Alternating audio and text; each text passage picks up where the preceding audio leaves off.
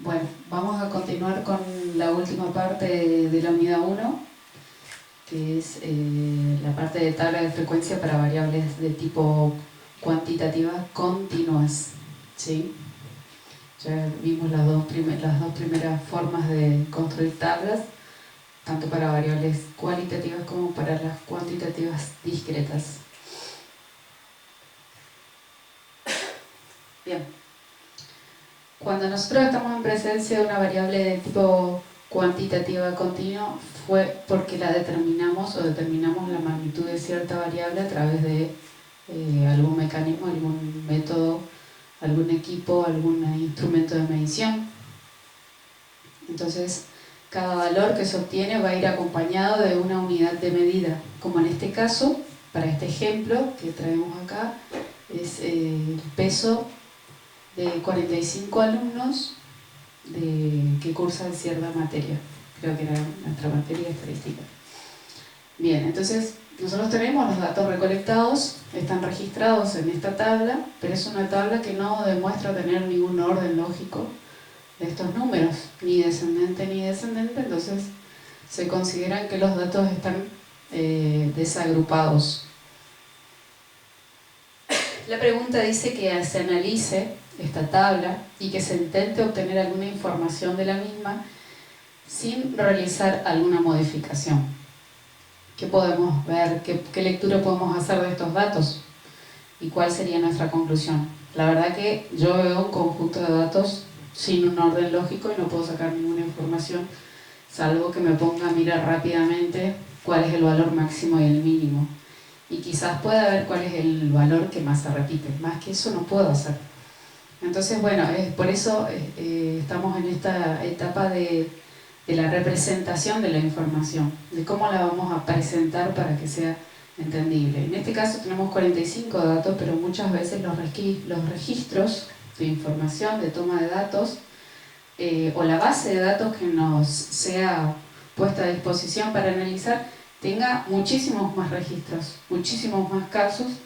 Entonces, bueno, existen diferentes formas de sistematizar la información para presentarla de una manera más concisa, concreta y de la cual se pueda sacar información útil para analizar y para tomar finalmente decisiones. Bien, en este caso habíamos visto que estos datos así están desagrupados. Cuando aparece esta figura, esta tabla, ya podemos decir que la variable siempre va a ir en la primera columna, la primera y la segunda va a ir la variable X, en este caso son los pesos en kilogramos de los 45 alumnos. ¿Sí? No hay que perder de vista acá que estamos trabajando con unidades estadísticas concretas, reales, a las cuales se le mide una variable. ¿Sí? Porque muchas veces nosotros vamos a empezar a hacer cálculos, vamos a empezar a trabajar con un montón de columnas de frecuencia y nos olvidamos que la variable central son los pesos que nosotros tomamos de estos 45 alumnos. Y que la variable, en este caso, necesitamos representarla, entonces por eso es que construimos estas clases de pesos, en este caso, o intervalos, que son 1, 2, 3, 4, 5, 6, para poder representar y para ver cómo se distribuyen dentro de todas estas clases estos 45 pesos. ¿Sí? Bueno, vamos a ir avanzando un poquito más rápido. Bien, ¿cómo empezamos? Este sería el resultado final. Pasaríamos de una tabla de datos sin agrupar a una tabla de datos agrupados. ¿Sí? Acá, aunque ustedes no lo vean a primera vista, nosotros logramos ordenar de menor a mayor estos 45 datos. ¿Sí? Están ordenados de menor a mayor. Bien, entonces vamos a empezar con los pasos que tienen que ser aprendidos de memoria, básicamente. No hay otra forma. Bueno, el primer paso va a ser, como en la variable anterior, calcular el rango o la amplitud de los datos. ¿Cómo se calculaba el rango? Teníamos que hacer la diferencia entre el valor máximo y el mínimo. Acá ya los tenemos marcados, el valor más grande, o sea, el mayor peso es de 96 kilos y el menor es de 56. Hacemos esa diferencia y nos da 40 kilogramos de amplitud. O sea, hay una dispersión de los datos de 40, que es igual a 40 kilogramos. ¿Cómo se calcula ese 40? Haciendo la diferencia del valor máximo menos el valor mínimo. Esa es la amplitud o rango. Bueno, una vez que hacemos eso, pasamos al segundo paso, que es la determinación del rango prima o rango expandido. Ese rango expandido es un rango amplificado, ¿sí?, que amplía los límites inferiores, lo hace un poquito más grande, o sea, amplía los límites para lograr que todos los 45 datos, tanto el mínimo como el máximo, se pueda ubicar dentro de la tabla de frecuencia que vamos a construir ahora. O sea, este es un requisito clave. Una vez que nosotros tenemos el rango, tenemos que encontrar el rango prima que va a estar sujeto a nuestro criterio. Y siempre va a depender, esta amplitud, esto que nosotros vamos a agregar acá, va a depender de la magnitud que tenga la variable. ¿Sí? O sea, si la magnitud es de kilogramos, entonces nosotros, por ejemplo, podemos ampliar en 2 kilogramos este rango real y construir así el rango prima. ¿Qué significa eso? ¿Qué tenemos que hacer? Simplemente restarle al valor mínimo, que es 56, restarle 1 y nos vamos para acá y vamos a conseguir que el límite inferior, ¿sí?, el valor menor, sea de 55 kilogramos y al valor máximo, que es 96, le agregamos 1 kilogramo y vamos a llegar a 97. Esa va a ser nuestra amplitud o nuestro rango ampliado o rango prima. Para esto no hay una receta, para esta determinación no hay una receta, sino solo una aproximación que nosotros le podemos decir y conocer el rango de cómo es la variable, cómo se mueve la variable y sus magnitudes. Bien, entonces esa diferencia, ¿sí?, de rango prima menos el rango real, que va a ser de 2 kilogramos, ¿sí?, tiene que coincidir con los extremos de la tabla. Fíjense, vamos a volver un poquito a la tabla este es el resultado final de todo el trabajo. Fíjense, el límite inferior de la primer clase es de 55 kilogramos y no 56, como el valor mínimo de la serie de datos nos decía. Entonces acá ya se encuentra restado ese kilogramo que nosotros le agregamos a través del rango prima. Y acá habíamos visto que el mayor peso era de 96, le habíamos agregado 1 kilogramo a través del rango prima y tenemos como límite superior de la última clase 96 kilogramos. Para ubicarlos ustedes un poquito. Esto sería el límite inferior de todas las clases, ¿sí?, y estos serían los límites superiores de todas las clases o intervalos. Un sinónimo de clase es intervalo, intervalo 1 o clase 1, 2, 3, 4, 5 y 6. Bien. Perfecto. Entonces, esa diferencia de 2 kilogramos tenemos que dividirla por 2, ¿sí? Porque nosotros podemos decidir también que queremos tener un rango prima de 44. Siempre tienen que ser números redondos y que nos sirvan a nosotros para hacer cálculos posteriores. La tabla de frecuencia no hay una receta única, sino que uno tiene que ir manejando los múltiplos con después el número de clases, como tenemos acá. Fíjense, nosotros acá tenemos 3 clases, tenemos 6 clases en las cuales dividimos todo el rango de la serie de datos, todo el rango de valores, todos esos 45 valores los vamos a dividir en estas 6 clases. Entonces nosotros tenemos un rango prima de 42, ¿sí? Y tenemos, por ejemplo, 6 clases acá. Entonces, 42 es múltiplo de 6. ¿Sí? Todo eso más o menos uno tiene que ir manejando, pero básicamente con la práctica uno va entendiendo qué es lo que tiene que hacer con todo esto. Entonces, hacíamos la diferencia entre el rango prima y el rango real. Eso nos da 2 kilogramos. Estos 2 kilogramos tenemos que asignarle una parte al límite inferior, al valor menor, y una partecita le tenemos que sumar al mayor valor. ¿Sí? Entonces al límite inferior de la tabla, que es 56, le resto 1 y me queda como el límite inferior de la primera clase, me queda el valor 55. El límite superior de la tabla, ¿sí?, lo vamos a obtener haciendo la sumatoria del máximo valor de la serie de datos más 1. Entonces, al límite inferior, para obtener el límite inferior de la primera clase tenemos que restarle al valor más pequeño 1, y para obtener el límite superior de la última clase tenemos que sumarle 1 al valor máximo. Entonces, ¿cómo nosotros obtenemos el rango prima? Nosotros podemos trabajar de esta manera, empezando desde acá, o desde abajo también podemos hacer. El rango prima tiene que ser indefectiblemente la diferencia entre el límite superior de la última clase y el límite inferior de la primera clase. Bien, el tercer paso, o sea, espero que ya hayan anotado, ¿sí?, que el primer paso es la determinación del rango, el segundo paso es la determinación del rango prima, y ahora vamos a determinar el número de intervalos o el número de clases que va a contener la tabla, la cantidad de veces que nosotros vamos a dividir ese rango, esa amplitud de datos, ¿sí?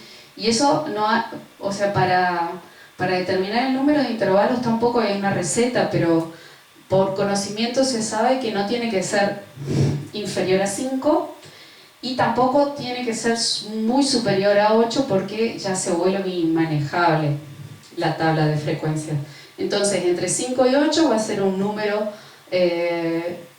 correcto, y se puede calcular de 2 maneras. Como guía, si uno no se acuerda de la fórmula esta, puede hacer simplemente la raíz cuadrada del tamaño de la muestra o la cantidad de datos que están involucrados en la tabla de frecuencia. En nuestro caso nosotros teníamos 45 datos, ¿sí? Entonces queda para la tarea hacer la raíz cuadrada de 45, eso nos va a dar un valor aproximado a 6, 6 con bastante. Y eso va a ser una aproximación o una guía a la cantidad de clases en la cual nosotros vamos a dividir nuestra tabla de frecuencias, ¿sí? Entonces, K, el valor K es el número de clases. La sigla es por class en inglés, la sigla esta. O si no, pueden utilizar la regla de Sturges, que se calcula haciendo la sumatoria de 1 más 3,322 por el logaritmo en base 10 del tamaño de la muestra también. Entonces esos valores nos van a dar, en este caso, si utilizamos la regla de Sturges, nos va a dar un valor exacto de 6,49. Acá nosotros tenemos que tomar la decisión si lo vamos a redondear para arriba o para abajo, para el entero superior o para el entero inferior. Entonces acá nosotros podemos decidir, bueno, vamos a hacer 6 clases, o bueno, tengo un poco más de tiempo y voy a dividir mi tabla en 6 clases, o voy a construir más bien mi tabla en 6 clases y dividir mi serie de datos en 6 o 7 intervalos. Una vez que determinamos el tamaño o la cantidad de clases, vamos a determinar ahora la amplitud que tienen cada uno de los intervalos. Y eso se llama, lo denotamos con la letra W, que viene de amplitud en inglés, que es white, y hacemos el siguiente cálculo, hacemos el cociente entre el rango prima y el número de clases que acabamos de calcular arriba. Este sería el cuarto paso. El tercer paso es determinar el número de clases que va a tener la tabla, y el cuarto paso es determinar el tamaño o la amplitud que va a tener el intervalo de cada clase. En este caso vamos a trabajar con tamaños de intervalos o amplitudes de intervalo constantes, siempre iguales, porque hay casos en donde uno construye intervalos que tienen diferentes amplitudes. Bien, después hay miles de opciones, por eso cada tabla de frecuencias, si no se les da indicaciones precisas, cada alumno va a construir una tabla de frecuencias distinta, utilizando un rango prima, por ejemplo, de 42, o puedo utilizar un rango prima de 41, restándole al valor mínimo 0,5 y sumándole al valor máximo 0,5, obtiene una amplitud total de 41, rango prima de 41. Entonces puede tener esta opción de dividir a la tabla o construir una tabla con 6 clases, o bien tomó la segunda opción y dijo no, quiero 7 clases, y eso nos va a nosotros a cambiar la amplitud, ¿sí? ¿Por qué? Porque en este caso nosotros vamos a dividir, ¿se acuerdan que calcular la amplitud de la clase hacíamos el cociente entre 42, el rango prima, y la cantidad de clases nos da una amplitud de 7 kilogramos, ¿sí? Cada clase va a tener una amplitud de 7 kilogramos, que es el valor mínimo, límite inferior, hasta el límite superior van a haber involucrados 7 kilogramos por cada una de estas 6 clases. Si toman la opción 2, acá por ejemplo, mantiene el rango prima de 42, pero decidió que quiere construir una tabla con 7 clases, la amplitud va a ser de 6, o sea, acá los intervalos van a ser más pequeños, pero va a haber un intervalo más. Y después está la otra opción, que ya empieza, fíjense, quiero que vean acá la cantidad de decimales que vamos a introducir, y eso va a complejizar muchísimo más la construcción de la tabla y cálculos posteriores que vamos a hacer de medidas descriptivas para estas series de datos. Entonces, cada uno, si no se le indica previamente qué opción tomar, cada uno va a construir su propia tabla. También tenemos diferentes notaciones, establecimiento de las notaciones de los límites. Podemos hacer intervalos que se cierran del lado derecho o intervalos que se cierran del lado izquierdo, hacer las desigualdades poniendo la x en el medio y haciendo que x es mayor a 55 o menor o igual a 62, así se hace la lectura del intervalo. Todas esas son concesiones que tengo que hacer previamente antes de construir el intervalo. Nosotros preferimos siempre, o sea, es lo que más hacemos, es la construcción de este tipo de intervalos en donde la variable x, en este caso peso, está en el medio, se construye esta desigualdad.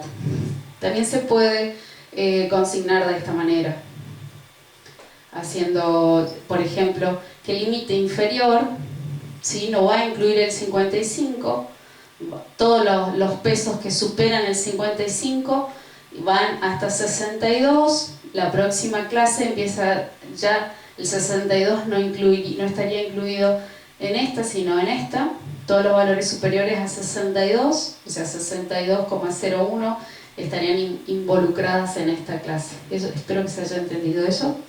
Fíjense, les quiero volver a mostrar la lista de valores. Acá ustedes pueden ver que estos datos fueron tomados sin decimales, ¿sí? Entonces, construir una tabla de frecuencia con decimales no tiene ninguna razón de ser. Por eso siempre les pedimos que sean consecuentes a la hora de determinar la amplitud de la clase, para no introducir justamente, o sea, tener los datos con valores enteros o la mínima cantidad de decimales. Por eso hay que trabajar con valores de rango prima que sean múltiplos de la cantidad de clases, porque al ser 42 múltiplo de 6, o sea, multiplicamos, nos va a dar un valor de amplitud con un valor entero, sin muchos decimales. Bien, Una vez que tenemos esta parte, lo más difícil es la construcción de las clases. Una vez que tenemos las clases construidas, decidimos bien hasta qué valor va a entrar, dónde se va a cerrar, de qué lado se va a cerrar, se van a cerrar los intervalos. O sea, acá por ejemplo, X va, o sea, los valores de pesos que entrarían en esta primera clase irían de datos que superan el 55, ¿sí? No incluye el 55, superan el 55, pero y son iguales o menores al 62, ¿sí? Acá ya el peso que supere el 62 ya entraría en la clase 2 y así sucesivamente. Bueno, una vez que tenemos las clases armadas para la variable bajo estudio, vamos a empezar a contar, vamos a empezar a determinar las frecuencias, ¿sí? ¿Qué son las frecuencias? Nos indican la cantidad de datos que pertenecen a cada una de estas clases que acabamos de construir. Entonces, ¿cómo vamos a hacer? Vamos a agarrar la lista de datos y vamos a ir viendo uno por uno a qué clase pertenece. Esta columna de frecuencias ya sería la columna terminada, pero yo puedo empezar a hacer el trabajito con una columna previa a esto, en donde le pongo recuento o conteo y voy haciendo palitos, como cuando juego al truco, de cada uno de los datos en donde corresponden, a qué clase corresponden.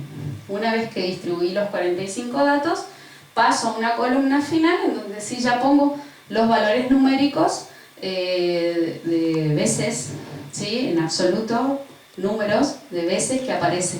Cada uno de estos son los 45 alumnos que fueron pesados. Cada uno de estos alumnos se le asignará alguna de las clases de peso que construí previamente. Entonces estas son las frecuencias absolutas, el número de veces que aparece cada peso en cada una de estas clases.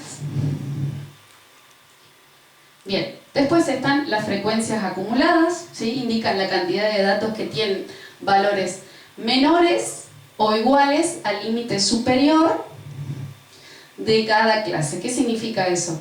Que un valor de frecuencia acumulada nos indica, por ejemplo, que hay, si yo me paro en la segunda clase y leo en este sentido, veo que la frecuencia acumulada absoluta para la segunda clase es de 21.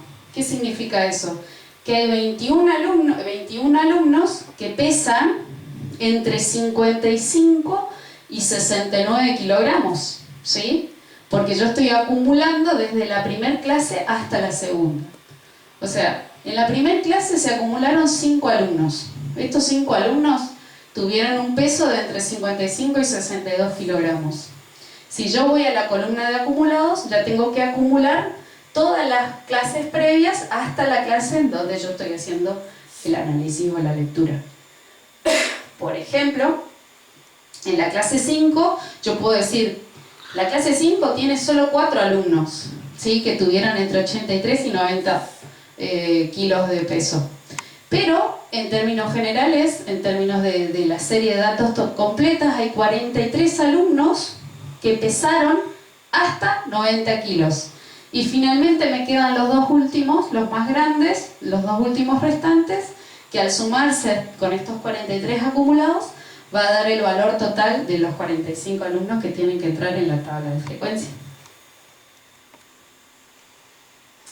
Bien, las frecuencias relativas, en este caso es la proporción de datos que pertenecen a cada clase respecto de la cantidad total. Como calculaba, ya lo habíamos visto anteriormente, si quiero calcular la frecuencia relativa para la primera clase, hago simplemente la cantidad de datos que pertenecen a la primera clase respecto o relativo al total. Entonces serían 5 dividido 45, me da un cociente, el cociente me da 0,11. Si tengo 10, por ejemplo, 10 alumnos que tuvieron entre 69 y 76 kilos y quiero determinar la frecuencia relativa, divido 10 por 45 y eso me da 0,22. Esto es un tanto por uno, pero o sea, es necesario para avanzar en el cálculo de la frecuencia relativa porcentual, que es la que mejor o más se utiliza para expresar todas estas situaciones en porcentaje. Bien, la sumatoria, esto es muy importante, siempre redondear, ¿sí? Siempre redondear hacia arriba. Cuando 5 o más, tengo que redondear hacia el entero, o sea, hacia el decimal para arriba. La sumatoria de todas estas frecuencias relativas me tiene que dar 1. Estas son las frecuencias relativas individuales. Bien, las frecuencias relativas acumuladas, hago lo mismo, voy acumulando en este caso estas proporciones, ¿sí? Voy acumulando por clase, la primera clase se acumuló 0,11 alumnos, en la segunda clase para la segunda clase se les suman la frecuencia relativa de la clase anterior y ya me están sumando 0,47 les sumo la frecuencia relativa de la clase anterior, me da 0,69 y así sucesivamente hasta que en la última clase ya se me acumula el 1. Bien, y las frecuencias relativas porcentuales individuales y acumuladas, ¿cómo las determino? Hago simplemente, multiplico por 100 las frecuencias relativas individuales y tengo que hacer la prueba de que estas frecuencias relativas individuales porcentuales estén bien calculadas. Me tiene que dar 100 o casi 100 la mayoría de las veces cuando yo no cuido de hacer un buen redondeo o trunco el número, no me da 100 exacto, me da 99, 98,9. Esos son valores aceptables, más que eso no está mal. Algún cálculo que hicieron tiene que ser reveído. Y después tenemos las frecuencias absolutas acumuladas, que hacemos de la misma manera que veníamos mostrando ya en estos dos casos. Bueno, y así nos va a quedar finalmente nuestra famosa tabla de frecuencias para variables cuantitativas, son números, de tipo continuo. ¿Qué hacemos después? Vamos a construir gráficos específicos para esta tabla de frecuencias. Fíjense bien, la variable X, ¿sí? La variable bajo estudio siempre va en el eje de las X, en las abscisas, eso es muy importante, y las frecuencias siempre van en el eje de las Y, en la ordenada. Eso no puede estar invertido, ¿sí? La variable bajo estudio siempre es X, entonces siempre va a ir en el eje de las abscisas. Entonces, ¿qué yo puedo hacer? Fíjense, antes de pasar le quiero mostrar una cosita aquí que se me pasó. Acá en esta columna ustedes pueden ver que dice X sub I, entre paréntesis kilogramos. Esto se le denomina punto medio de clase o la semisuma del límite inferior y el límite superior de cada una de las clases. Este va a pasar a ser el representante de esta clase. Entonces es muy importante que lo calculemos. ¿Cómo hacemos este cálculo? ¿Cómo determinamos al delegado de la clase 1 o al representante, al punto medio de la clase? Sumamos estos dos valores y los dividimos por 2. Entonces esta columna es muy importante tanto para graficar como para hacer cálculos posteriores de medidas descriptivas que vamos a ir viendo en la unidad 2. Bien, este es un gráfico, fíjense, ustedes lo pueden confundir con un gráfico de líneas, que no es, un gráfico de barras, que no es, sino que esto se llama el polígono de frecuencias, que es la línea, ¿sí? O esto más bien no es una línea, sino son segmentos que unen los puntos medios de los extremos de los rectángulos, ¿sí? Fíjense cómo se van uniendo los puntos medios y finalmente cierran, ambos puntos se cierran en la mitad de la clase anterior, en el medio de la clase anterior, en 0. La columna o el rectángulo en este caso no tiene frecuencia, entonces se cierra a la mitad. Bien, esta es en verde estos rectángulos, es un histograma. Y se determina, fíjense que no hay separaciones, están contiguos, pegados los rectángulos ¿Y por qué son rectángulos? Porque tienen una base y una altura. La sumatoria de todos estos rectángulos tiene que dar 100%, lo mismo que la sumatoria del área que hay debajo de este polígono de frecuencias tiene que sumar 100% también. Entonces fíjense, acá el segmento corta esta parte, lo deja afuera, que yo lo puedo compensar con esta parte acá abajo que yo incluyo, ¿sí? Esto es, geométricamente tiene un cálculo perfecto, una determinación perfecta. También se puede utilizar, este histograma se construye con las frecuencias absolutas individuales y va a tener la misma forma si yo utilizo en el eje de las Is las frecuencias relativas individuales, va a tener la misma forma. El polígono de frecuencias, tanto para las frecuencias relativas individuales como las absolutas, va a tener la misma forma. Obviamente que el eje de las Is va a quedar determinado, la escala que yo tomo va a quedar determinado por el valor máximo que toma esa frecuencia, ¿sí? Acá tomó casi 17, creo que era 16, y en este caso algo así como 37. Bien, y este es el gráfico, hay dos gráficos de frecuencias acumuladas, los rectángulos, y este gráfico de segmentos de líneas es la famosa ojiva, que fíjense que une acá los valores, los extremos, pero los máximos, no los centros como en el polígono, sino que los valores máximos, porque acumula hasta la clase. En la clase anterior al 55 no hay nada acumulado, por eso empieza en 55, acumula hasta el límite superior 62, acumula acá algo así como 6 individuos. Acá en la clase 2 acumula más de 20 individuos y así sucesivamente. Fíjense bien que cuando se le pide dibuje la ojiva, ¿sí? Para dibujarla, y yo hago estos rectángulos, siempre tengo que unir estos extremos, estos máximos, ¿sí? Límites superiores, tengo que unir con líneas. Y acá queda, le sacamos acá están frecuencias absolutas y acá quedaría en las frecuencias relativas acumuladas. Fíjense cómo al final acumuló el 100% de los datos. Acá yo podría tirar una línea y decir, bueno, el 50% de los datos, el 50% de los alumnos tiene hasta 69 kilogramos. Esas son todas las lecturas que se pueden hacer. Bien, vamos a seguir en un próximo video.